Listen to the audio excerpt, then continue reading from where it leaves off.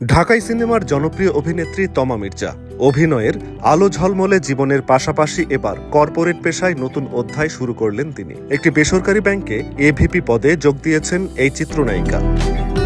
অভিনয়ের পাশাপাশি তমার কর্পোরেট জগতে পা রাখার বিষয়টি অনেকেই ইতিবাচকভাবে দেখছেন, তবে সামাজিক যোগাযোগ মাধ্যমে কেউ কেউ এ নিয়ে প্রশ্নও তুলেছেন। চলছে মিশ্র প্রতিক্রিয়া। সাধারণত ব্যাংকে এন্ট্রি লেভেল থেকে এক্সিকিউটিভ ভাইস প্রেসিডেন্ট ইভিপি পদে পৌঁছাতে প্রায় 15 থেকে 20 বছর বা তারও বেশি সময় লাগে। ব্যাংকিং ক্যারিয়ারের এই উচ্চ ও সিনিয়র ম্যানেজমেন্ট পদ অর্জনে কর্মদক্ষতা, অভিজ্ঞতা প্রয়োজন।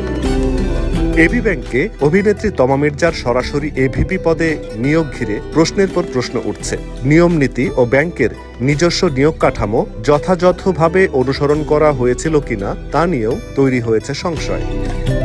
তমা মির্জা মানারাত ইন্টারন্যাশনাল ইউনিভার্সিটি থেকে আইন বিষয়ে পড়াশোনা করেছেন। অভিনয়েও তার দীর্ঘ 16 বছরের অভিজ্ঞতা রয়েছে, কিন্তু ব্যাংকিং খাতে তার পূর্ব অভিজ্ঞতা ছিল কিনা, থাকলে তা কত বছরের, এ নিয়ে এখনো স্পষ্ট কোনো তথ্য প্রকাশ্যে আসেনি।